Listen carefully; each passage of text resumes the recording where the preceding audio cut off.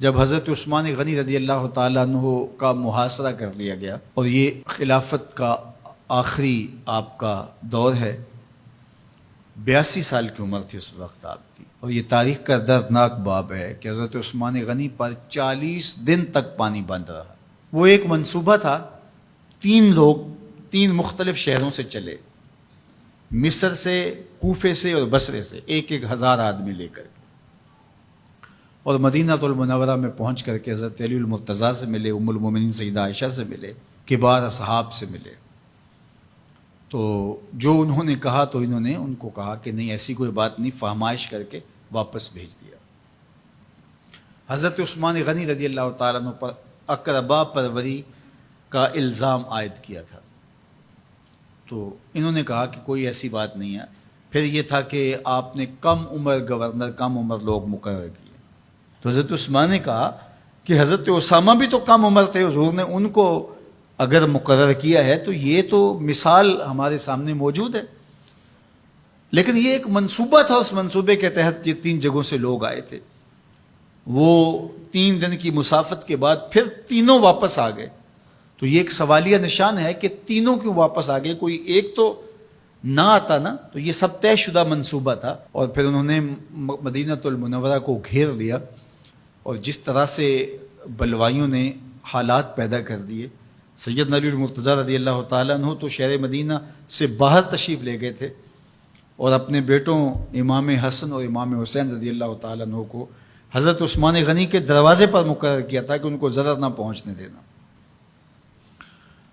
اب 700 صحابہ اجازت طلب کر رہے ہیں کہ آپ ان بلوائیوں سے نپٹنے کا میں جو ہے وہ اجازت نامہ مرحمت کریں، اور بہت سارے لوگ تو حج پہ جا چکے ہیں۔ 18 ذی الحج کا واقعہ ہے جب آپ کی شہادت ہوتی ہے، تو وہ حج پہ جا چکے ہیں، تو جو یہاں موجود ہیں وہ اجازت طلب کر رہے ہیں، لیکن حضرت عثمان غنی رضی اللہ تعالیٰ عنہ نے کہا کہ نہیں، میں ایسی اجازت نہیں دوں گا۔ رسول اللہ صلی اللہ علیہ وسلم کا حرم شہر مدینہ لوگوں کے خون سے لالازار ہو، یہ میں اس کو گوارا نہیں کرتا۔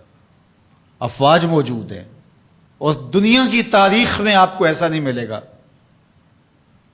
کہ اتنی بڑی حکومت کسی کے پاس ہو اور وہ خود گھیر لیا جائے، اس کا پانی بھی بند ہو جائے، اور وہ حکم دے کہ نہیں، میرے لیے آپ ایک قطرہ بھی خون نہیں بہائیں گے۔ بلکہ آپ کے غلاموں نے جب تلواریں اٹھا لی تو آپ نے فرمایا کہ میرا حکم ہے کہ تم تلواریں نیچے رکھو، بلکہ میں تمہیں یہ آفر دیتا ہوں کہ جو غلام لڑے گا نہیں اور یہ میرے سے عہد کرتا ہے وہ آزاد ہے۔ حضرت ابو ہریرہ رضی اللہ تعالیٰ عنہ، حالانکہ یہ پڑھنے پڑھانے والے لوگ تھے، تعلیم و تعلم سے ان کا تعلق تھا، لیکن وہ بھی تلوار لے کے حضرت عثمان غنی کے دفاع میں آ گئے، لیکن حضرت ابو ہریرہ رضی اللہ تعالیٰ عنہ کو بھی حضرت عثمان غنی روک دیتے۔ مالک بن اشتر کہنے لگا کہ ہم آپ کی دستبرداری کے خواہاں ہیں، آپ خلافت سے دستبرداری اختیار کر لیجئے۔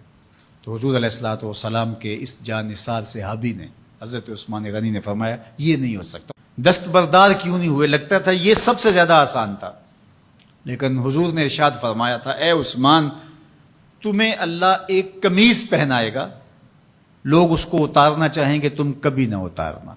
تو اس سے مراد خلافت کی قمیض ہے، اور ان کی شہادت کی خبر بھی اللہ کے محبوب علیہ السلام نے دی تھی، اور اگر آپ دستبردار ہو جاتے تو یہ ایک کھلونا بن جاتا، بازیچہ بن جاتی خلافت۔ چند آدمیوں کے پریشر سے خلافت سے دستبرداری کرنا پڑتی۔ اچھا، ایک یہ سوال بھی پیدا ہوتا ہے، چند باغی تھے، ان کو کس طرح کچل دیا جاتا؟ لیکن حضرت عثمان غنی یہ نہیں چاہتے تھے۔ ایک تو یہ کہ مدینے کی حرمت پامال نہ ہو، اور دوسرا پورے عالم اسلام کو آگ لگانے کا جو منصوبہ تھا، 3 مختلف شہروں سے 1000 آدمی لایا گیا ایک منصوبے کے تحت، اور انہیں لاشیں چاہیے تھیں، اور جو ان کے پیچھے کام کر رہے تھے نادیدہ ہاتھ، ان کا منصوبہ یہ تھا کہ یہاں سے مختلف سمتوں میں، یہ تینوں شہر مختلف سمتوں میں تھے، تینوں سمتوں میں جب لاشیں جائیں گی تو پورے عالم اسلام کو ہم جو ہے وہ خانہ جنگی کی آگ میں دھکیل سکیں گے۔ تو حضرت عثمان غنی ان سازشوں سے آگاہ تھے، تو سب سے اہون اور آسان یہ تھا کہ قربانی پیش کر دی جائے، اور پھر انہوں نے سن بھی رکھا تھا کہ 2 شہید ہیں، شہید تو انہوں نے بہرحال ہونا ہے، تو لہٰذا میں خلافت سے دستبردار بھی نہیں ہوں گا، اور شہر مدینہ کی حرمت بھی پامال نہیں ہونے دوں گا۔ اور تیسری بات یہ ہے کہ میں خود مظلوم شہید کر دیا جاؤں، تو وہ آپ نے یہ گوارا کر لیا۔ تو 18 ذوالحج تھا، جمعے کا ہی دن تھا، اور حضرت عثمان غنی رضی اللہ تعالیٰ عنہ روزے سے تھے، عصر کا وقت تھا، قرآن مجید کی تلاوت کر رہے تھے۔ حضرت امام حسن، امام حسین اور حضرت عبداللہ بن زبیر اور دیگر لوگ آپ کے دروازے پہ پہرا دے رہے تھے، لیکن باغی پچھلے گھر سے دیوار پھلانگ کے آپ کے گھر میں داخل ہوئے اور تلوار سے وار کیا۔ آپ کی زوجہ حضرت نائلہ آگے بڑھی اور ہاتھ سے روکنا چاہا، آپ کی انگلیاں کٹ گئیں۔ پھر دوسرا وار کیا تو حضرت عثمان غنی رضی اللہ تعالیٰ عنہ کا دایاں ہاتھ کٹ کے گر گیا۔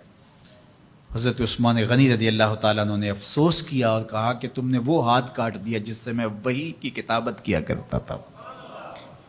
پھر اس کے بعد آپ پر 9 وار کیے گئے اور آپ کو شہید کر دیا گیا، اور آپ کا خون قرآن مجید پڑھتے ہوئے اس آیت پہ گرا، فَسَيَكْفِيكَهُمُ اللَّهُ وَهُوَ السَّمِيعُ الْعَلِيمُ۔ تو حضرت عثمان غنی رضی اللہ تعالیٰ عنہ مظلوم شہید کیے گئے، بھوکے اور پیاسے شہید کیے گئے، ظلماً شہید کیے گئے۔ حضرت عبداللہ بن عمر رضی اللہ تعالیٰ عنہ فرماتے ہیں کہ حضور فتنوں کا ذکر کر رہے تھے کہ فتنے ہوں گے، بہت بڑے فتنے ہوں گے۔ تو ایک شخص نے چادر اوڑھی ہوئی تھی اور وہ مجلس واعظ کے قریب سے گزرا جہاں حضور کچھ ارشاد فرما رہے تھے، تو آقا کریم نے اشارہ کر کے کہا اس دن یہ شخص حق پہ ہوگا۔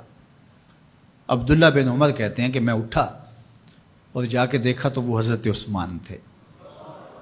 تو میں نے حضرت عثمان کے چہرے کو پکڑ کے تھوڑا سا حضور کی جانب کیا اور میں نے کہا حاذا، حضور یہ؟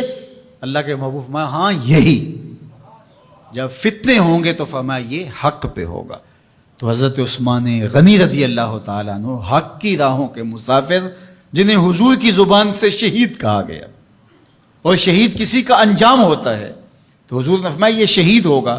شہید وہی ہوتا ہے جو بحالت ایمان اس دنیا سے راہ خدا میں اپنی جان قربان کرے۔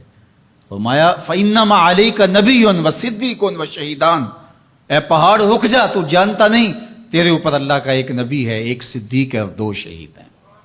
تو حضرت عثمان غنی رضی اللہ تعالیٰ عنہ عظمتوں کے مینار، اللہ اکبر۔ تو یہ حضرت عثمان غنی رضی اللہ تعالیٰ عنہ کا یہ کارنامہ تھا کہ آپ نے اپنی جان پیش کر کے امت کو جو ہے وہ فتنوں سے محفوظ کر لیا اور امت کو بچا لیا۔ حضرت عثمان غنی رضی اللہ تعالیٰ عنہ پہ کروڑوں رحمتیں، کروڑوں سلام۔ ہم آپ کی عظمت کو سلام پیش کرتے ہیں، عقیدتوں کا خراج پیش کرتے ہیں۔ حضور کی خدمت میں ایک جنازہ لایا گیا اور حضور سے عرض کی گئی حضور اس شخص کا جنازہ پڑھا دیجئے، تو حضور نے انکار کر دیا، کہا میں جنازہ نہیں پڑھاؤں گا۔ تو صحابہ نے عرض کیا یا رسول اللہ، کبھی ماضی میں ایسا نہیں ہوا، جب بھی کوئی جنازہ لایا جاتا ہے تو آپ جنازہ پڑھا دیتے ہیں اور آپ نے آج انکار کر دیا ہے۔ تو فرمایا یہ شخص میرے عثمان سے بغض رکھتا تھا اور اس کو اللہ نے بھی اپنی رحمتوں سے محروم کر دیا ہے۔ حضور نے اس شخص کا جنازہ نہیں پڑھایا جو مبغض عثمان غنی رضی اللہ تعالی عنہ۔ تو اب آپ اندازہ کیجئے وہ کتنا بدبخت شخص ہے جو حضرت عثمان سے بغض اور دشمنی رکھتا ہے۔ حضرت عثمان غنی رضی اللہ تعالی عنہ سے اللہ کے محبوب علیہ السلام نے کتنی خوبصورت ارشاد فرمائی، میں اس سے حیا کیوں نہ کروں جس سے اللہ کے فرشتے بھی حیا کرتے ہیں۔ یعنی عثمان غنی وہ ہیں جس سے اللہ کے فرشتے بھی حیا کرتے ہیں، اور جو عثمان غنی کا حیا نہیں کرتا اس سے بڑا بے حیا کون ہو سکتا ہے۔ حاکم نے مستدرک کے اندر روایت ذکر کی ہے کہ بہت سارے صحابہ حضور کی بہت ساری خوبیوں کے مظہر تھے، اور سب سے زیادہ حضور کے خلق کے مشابہ حضرت عثمان غنی رضی اللہ تعالیٰ، اور خلق میں سب سے اونچا درجہ حیا کا ہوتا ہے۔ تو حضرت عثمان غنی رضی اللہ تعالیٰ عنہ حیا کے اس مقام پہ فائز المرام تھے جو انہی کا مقصوم تھا۔ اللہ ہمیں حضور کے اہل بیت، حضور کے اصحاب، بلکہ حضور کے در کی مٹی کی تعظیم بھی نصیب کرے۔ اقبال نے کہا تھا خاک طیبہ از دو عالم خوش ترست، آن خنک شہرے کے آنجا دل برست۔ ہمیں تو طیبہ کی مٹی بھی اچھی لگتی ہے اس لیے کہ وہاں محبوب جو رہتے ہیں۔ تو محبت تو اس چیز کی متقاضی ہوتی ہے، محبوب کی راہوں کو بھی سلامی پیش کی جائے۔ تو جو حضور علیہ السلام کے ساتھ منسوب اتنی وقی نسبتیں ہیں ان کا احترام کیوں نہیں کریں گے؟ تو حضرت عثمان غنی تو داماد رسول ہیں، حضرت عثمان غنی تو ذو النورین ہیں، حضرت عثمان غنی تو حضور علیہ الصلوۃ والسلام کے محبوب اور حضور علیہ الصلوۃ والسلام کے پیارے ہیں، ان کو جنت کی بشارت دی گئی ہے، عشرہ مبشرہ میں سے ہیں، 4 جلیل القدر خلفاء میں ان کا نام شامل ہے، اور پھر حضور کی 2 صاحبزادیاں ان کے نکاح میں آقا کریم نے ان کو شہید خود قرار دیا، اور میرے اور آپ کے آقا و مولا نے کہا آج کے بعد کوئی عمل عثمان کو نقصان نہیں دے گا، اور کہا عثمان سے میں حیا کیوں نہ کروں، اس سے اللہ کے فرشتے بھی حیا کریں۔